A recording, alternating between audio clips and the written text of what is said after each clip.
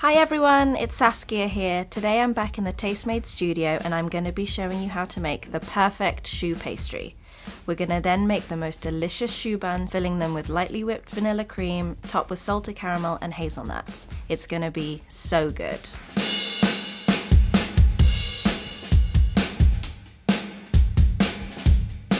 So you can make choux with either water or milk or both.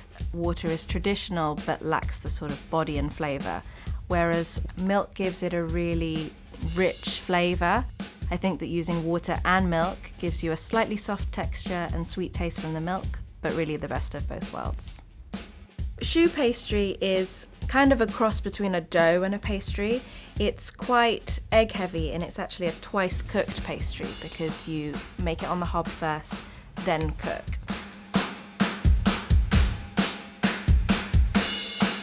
We're using plain flour in this recipe because I think it gives it a nice delicate finish. You can also use strong flour when making choux pastry, which is particularly useful when you're making eclairs because you want them to have a bit more structure. So we want to beat the mixture on the hob for at least a minute to drive off as much of the moisture as we can, because the more moisture you drive off initially, the more egg you can add later on, which helps the rise. You also don't want it to be too wet or they will spread in the oven. As you can see when you're mixing it, the egg tends to make it want to split and curdle, so if you were to add it all at once, you wouldn't be able to get the pastry back to a homogeneous mixture.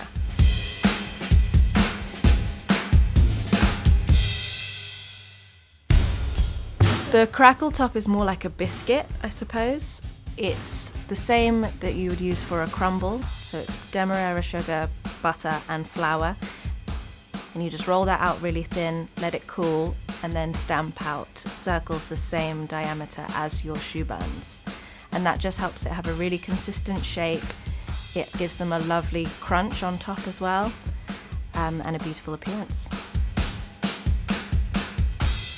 If you're not going to do a crackle top, you can just dip your finger in some water to make sure that you don't have a peak on top, so you can just pat that down.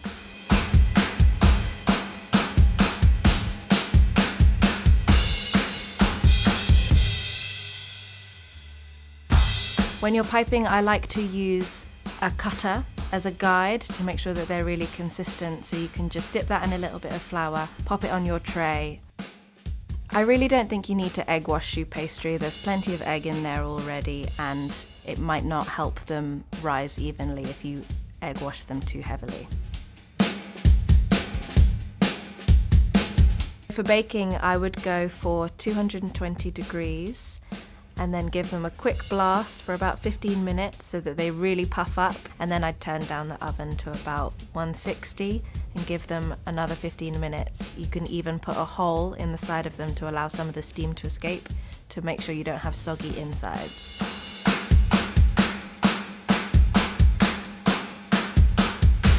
Today we're filling our choux buns with a really lightly whipped vanilla cream. So that's just double cream, a bit of vanilla bean extract, or you could scrape out a vanilla pod, and maybe a touch of icing sugar to taste. I love cream because it really lets you enjoy the flavours of the sauce and the pastry itself. I think a fairly thick salted caramel sauce is best here because you want it to survive from the time that you're piping it to when you're serving it to your friends. You definitely don't want the salted caramel to be too runny because otherwise they'll go soggy. These are a really great special occasion dessert that you can make where it's not too much effort but you look like you've really gone all out and you still have time to sneak one in the kitchen before you dole them out. They're rich, they're creamy, they've got this amazing crispy exterior, and you just want to eat thousands all at once.